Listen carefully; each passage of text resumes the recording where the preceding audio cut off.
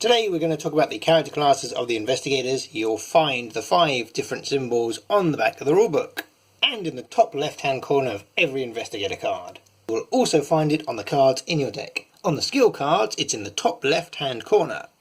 On the asset cards it's in the top right hand corner, and on the event cards it's dead centre. But it's just as quick to tell by the coloured borders around the outside of the cards. There are also these neutral cards which any of the investigators can put in their deck. These blue cards are the Guardian cards, and the Guardian cards can be used by Roland Banks and Skids O'Toole. The Guardian class features strong allies to shield you from damage and retaliate against your foes. It allows you to avoid damage and heal any damage you take.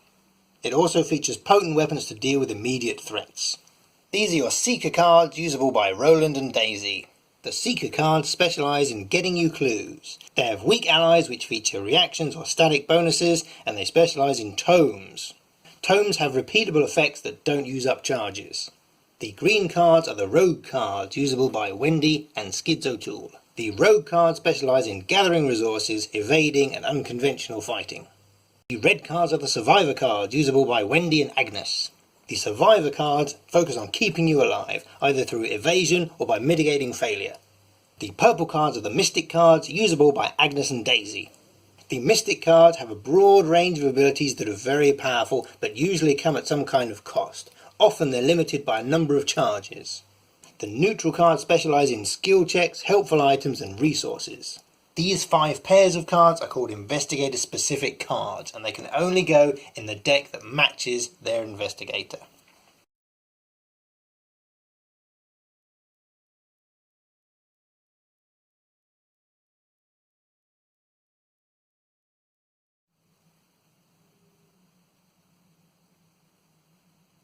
Oh, it's you again, is it?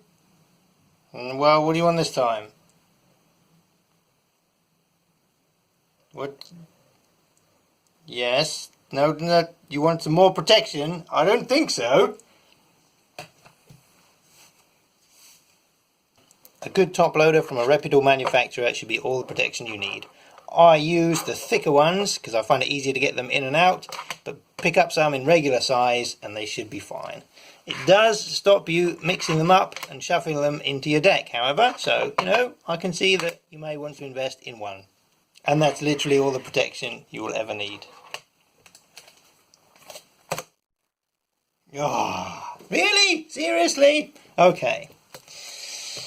If you're concerned about, obviously, spilt beer leaking into the top of your protection, there is something called a one-touch.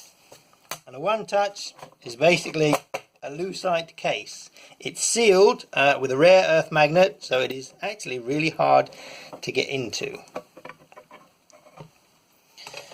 They don't take sleeved cards. What you do is you basically place your card in there. It's recessed, so it fits nice and snugly, and it's got what's called diamond corners. I don't know if you can see there, but the corners are cut out there. It doesn't matter with rounded corner cards, such as the ones in Arkham Horror, but if you had baseball cards or something like that, that would stop the card corners getting dinged if it moves about. And all you do is place the 2 little pegs into the holes like that, drop it down, and it is completely sealed. And the magnet, which is extremely strong, keeps it all nice and snug and closed, so you can